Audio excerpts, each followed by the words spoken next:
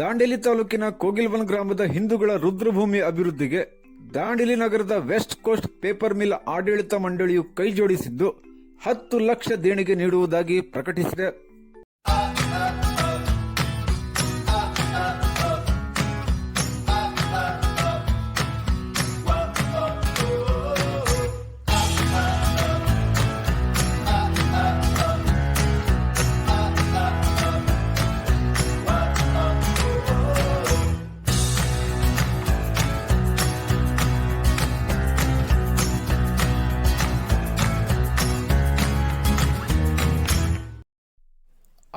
ಕ್ಕೂ ಹೆಚ್ಚು ವರ್ಷಗಳಿಂದ ಯಾವುದೇ ರೀತಿಯ ಸೌಕರ್ಯಗಳಿಲ್ಲದ ಕಾರಣ ಇದ್ದರೂ ಇಲ್ಲದಂತಿದ್ದ ರುದ್ರಭೂಮಿಯನ್ನು ದಾಂಡೇಲಿ ನಗರದ 15,000ಕ್ಕೂ ಹೆಚ್ಚು ಜನರು ಉಪಯೋಗಿಸುತ್ತಿದ್ದರು.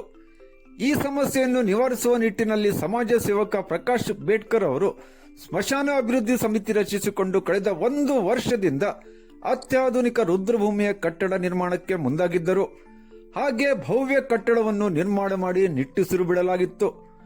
ಆದರೆ ಆರ್ಥಿಕ ಸಮಸ್ಯೆಯಿಂದ ಅತ್ಯಾಧುನಿಕ ರುದ್ರಭೂಮಿ ನಿರ್ಮಾಣ ಕಾರ್ಯ ಪೂರ್ಣಗೊಳಿಸುವುದು ಸುಲಭದ ಮಾತಾಗಿರಲಿಲ್ಲ.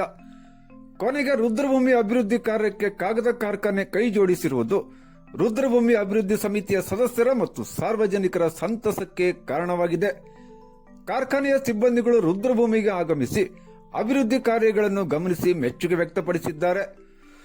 ಮುಂದಿನ ತಿಂಗಳು ರುದ್ರಭೂಮಿಯ ಉದ್ಘಾಟನಾ ಕಾರ್ಯ ನೆರವೇರಲಿದೆ.